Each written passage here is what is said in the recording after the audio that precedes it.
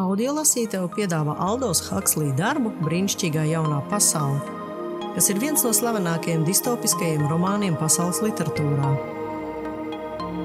Šī grāmata ir pārdota vairāk nekā 10 miljonos eksemplāru un tulkot vairāk nekā 30 valodās. Darbā aprakstīta nākotne, kurā tehnoloģijas patēriņš un ideoloģija dominē cilvēku dzīvē. Klausieties šo kultu klasiku audiogrāmatas formātā, Normunda Bērza lasījumā un iedziļinieties stāstā, kas turpina valdzināt miljoniem lasītāju un klausītāju visā pasaulē. Brīnišķīgā jaunā pasaule nav tikai romāns. Tas ir satraucošs atspoguļojums tam, par ko mēs varētu kļūt. Brīnišķīgā jaunā pasaule pieejama audiolasītavas platformā. Darbs, kuru ne tikai dzirdēsi, bet arī sajutīs. Klausies šo lielisko klasiku un atklāj, ko nozīmē dzīvot ideālā pasaulē.